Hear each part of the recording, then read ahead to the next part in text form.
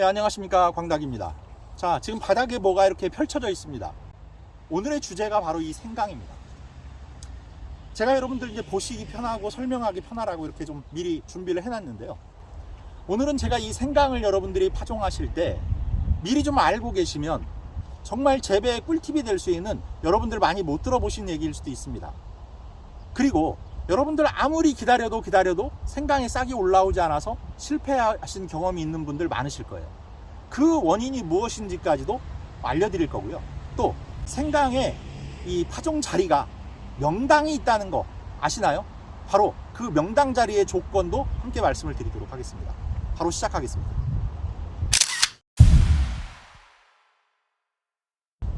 자, 첫 번째로 이 시생강을 이렇게 심고 나서 여러분들이 아무리 기다려도 싹이 안 나서 파봤더니 안에 썩어버린 생강만 남아있는 경우가 종종 있습니다. 자, 그 이유가 뭔지 하나씩 한번 짚어보도록 할 테니까 이런 점들이 해당되지 않도록 파종하시기 바랍니다.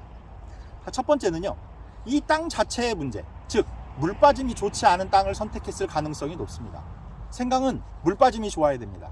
그래서 약간 사질 토양에서 잘 자라는 작물이기도 하고요. 만약에 여러분 밭에 물빠짐이 안 좋거나 아니면 같은 밭이라도 어떤 자리가 유난히 물이 잘 안 빠지는 자리가 있어요. 그런 자리라면 이 두둑의 높이를 좀 높게 올리십시오. 자, 그리고 또 한 가지, 여러분들이 생강을 파종하는 시기를 너무 일찍 하시면 안 좋아요.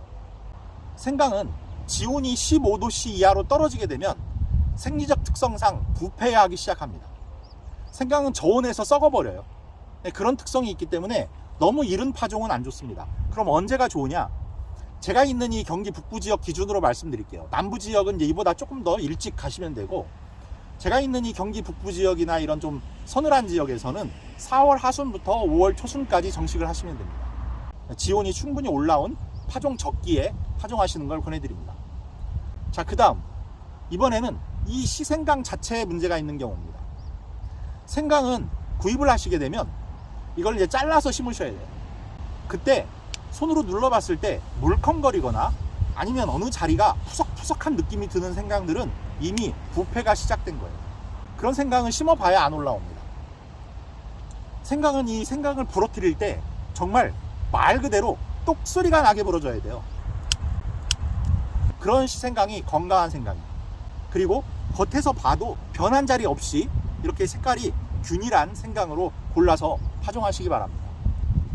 자, 그리고 또 하나, 가급적이면 이 생강에 싹을 틔워서 심으시는 게 좋아요. 그러면 대략 열흘 정도 이상을 단축시킬 수 있습니다. 땅 속에 오래 있어봐야 좋을 게 없어요. 여러분들이 싹을 틔우셔도 되지만 그러려면 좀 실수하시는 경우가 종종 있거든요. 그러니까 재래시장에 이맘때쯤 가보시면 하얗게 촉이 나온 생강을 팔아요. 그렇게 좀 눈으로 보시고 촉이 하얗게 발생된 시생강을 구입해서 나눠서 심으시는 게 좋고, 또 하나는 여러분들이 생강을 나누는 과정에서 하얀 눈이 두세 개 정도는 이렇게 한쪽에 들어있도록 자르셔야 돼요. 여기도 있고 여기도 있고 여기도 있고 이렇게 두세 개 이상. 그런데 그쪽을 하얀 싹이 어딘지 이런 걸 잘 몰라서 아무렇게나 잘라서 심으면 싹이 안 나옵니다.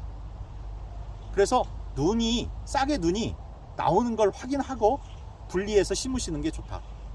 그리고 이제 말 나온 김에 이 재식 방법 한번 간단하게 짚어드리고 넘어갈게요. 재식 방법은 25cm 간격으로 심으시면 됩니다. 줄 간격은 30cm 정도로 넓혀주시는 게 좋다고 하는데, 뭐 텃밭에 몇 개 안 심으시는데 굳이 그럴 필요 없습니다. 25cm 정도로 이렇게 떼어서 심으시면 돼요. 그럼 파종 깊이는 어떻게 할 거냐? 이 생강은 건조에 약한 작물이에요. 그래서 생강을 심고 나서 건조해지면 싹이 올라오지 않고 안에서 말라버립니다. 그래서 파종을 할 때 깊이가 중요해요. 첫 번째 5cm 깊이로 심으시고, 두 번째 파종하시고 나서 일주일에 한두 번은 물을 주세요.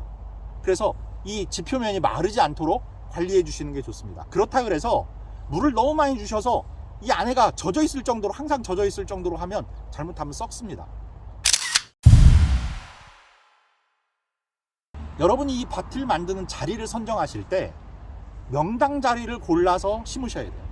생강을 심는데 명당 자리가 뭐냐?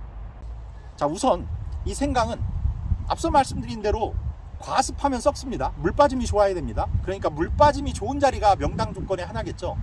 근데 그걸 말씀드리려는 건 아니에요. 두 번째 조건이 더 중요해요. 생강은 재배의 어떤 특성이 하나 있는데 이게 반그늘에서 재배하는 것이 훨씬 좋다는 겁니다. 반그늘이라는 건 적당히 햇빛이 들어오고 적당히 그늘이 만들어지는 거예요.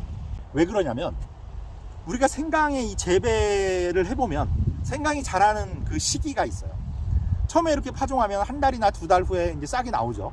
그러면 장마 기간을 통과하고 7월, 8월경이 되면 생강이 잘 자랍니다. 그런데 이제 그때부터 고온이 시작돼요. 30도를 훌쩍 넘고 35도, 뭐 뜨거운 지방은 40도 가까이 갑니다. 올여름은 더 더울 거라 그래요. 그런데 이 생강의 생육 저고는 20도에서 30도 사이입니다. 그 온도를 넘어서게 되면 생강이 힘들어해요.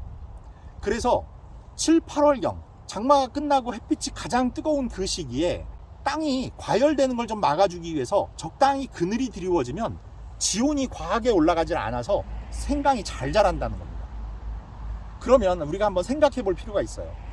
7월, 8월경에 그늘을 만들어줄 만큼 키가 크고 또 그때까지 재배가 가능한 작물 뭐가 있을까요? 바로 옥수수, 또 토마토, 이렇게 키 큰 작물들이 필요합니다. 뭐 경우에 따라서는 들깨라든지 참깨와 같은 작물도 가능하겠죠. 그러면 그런 작물들의 방향이 중요해요. 남쪽 정도가 좋습니다. 거기에 만약에 옥수수를 남쪽을 향해서 심어놨다. 그러면 그늘이 들어오면서 동시에 완전히 차단되는 건 아니에요. 그 사이사이로 또 햇빛이 들어옵니다. 이게 반그늘이에요. 그러면 이 영상을 늦게 보셔서 이미 주변에 심을 거 다 심어서 옥수수나 이런 걸 못 심었다. 그럼 어떻게 할까요? 바로 강제로 만들어주면 되겠죠. 그늘막을 이용하시면 됩니다. 그런데 일반 차광망을 그늘막을 이용하시면 안 돼요. 그건 차광률이 너무 높아서 완전히 그늘이 만들어져요.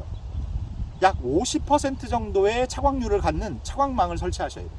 그래서 그 사이사이로 햇빛도 들어오면서 적당히 그늘이 만들어지는 그런 차광망을 이용하셔야 합니다. 그러면 지온이 상승하는 걸 막고 작물이 너무 과하게 열을 받아서 이 스트레스 받는 걸 막아줄 수가 있어요. 그러면 생강의 수확량이 부쩍 늘어납니다. 이거 꼭 명심하십시오. 그늘 재배를 하시는 겁니다. 자, 다음 마지막입니다. 이번엔 생강의 추비 방법, 밑거름 방법을 소개해 드릴 텐데 이건 아마 여러분들 좀 생소하다 느끼실 수 있어요. 근데 이거 꼭 중요한 내용입니다. 다른 작물들은 밑거름을 가장 많이 사용하죠. 그리고 추비를 반반 사용합니다. 예를 들면 밑거름을 50% 정도 사용하고 추비를 2번 정도에 나누어서 25%, 보통 이 정도 합니다. 그런데 이 생강은 전혀 반대예요. 초반에 20% 정도의 거름만 사용해서 밑거름을 합니다. 그리고 1차 추비를 30% 정도만 합니다. 그리고 후반기에 50%의 추비를 하게 됩니다. 이 이유가 뭐냐면 생강의 성장 단계 때문이에요. 생강은 아까 말씀드린 대로 이렇게 파종을 하게 되면 싹이 올라오는 데까지 시간이 오래 걸립니다. 그리고 싹이 나와도 이게 자라는 속도가 굉장히 느려요. 그러니까 처음에 밑거름을 많이 해봐야 소용이 없는 겁니다.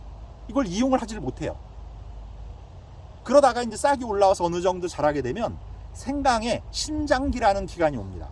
그 생강의 신장기 때는 약 30% 정도의 비료 추비만 해서 적당히 성장을 유도하는 거예요. 그러다가 50%의 추비를 2차로 하게 되는데 그때가 바로 생강의 이 밑에 뿌리에 이 생강이 괴경이라고 하는 건데요. 이 괴경이 커지는 시기가 옵니다. 그게 괴경 비대기입니다. 그때 양분을 집중시켜서 최대한 수확량을 늘리는 방법이 바로 이런 추비 방법이에요. 생강의 추비 방법은 다른 작물과 완전히 이렇게 반대로 하셔야 됩니다. 그래서 처음에 밭을 만들 때는 유기물로 풍부하게 넣어서 땅을 잘 갈아주시되 독한 비료나 이런 걸 많이 넣을 생각하지 마세요.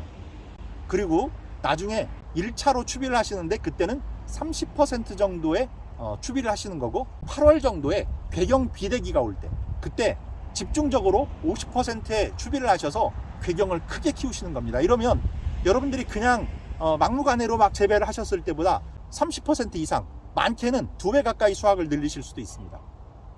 자, 이런 파종에 주의할 점들을 주의하시고 또 자리를 고르실 때 그 명당 자리를 고르시고 아니면 그 명당 자리가 될 수 있도록 어떤 설치물을 만들어서 그늘을 만들어 주시고 마지막으로 추비를 오늘 말씀드린 방법으로 뒤로 갈수록 집중을 시켜서 이 생강이 굵어지는 시기에 양분을 집중시켜서 재배하시면 여러분 올해 가을 생강 수확 풍성하게 하실 수 있습니다. 그래서 내년엔 생강 재배 안 하셔도 될 정도로 생강 수확하실 수도 있습니다. 자, 풍성한 수확 응원하겠고요. 구독, 좋아요, 알림 설정 부탁드리면서 인사드리겠습니다. 감사합니다.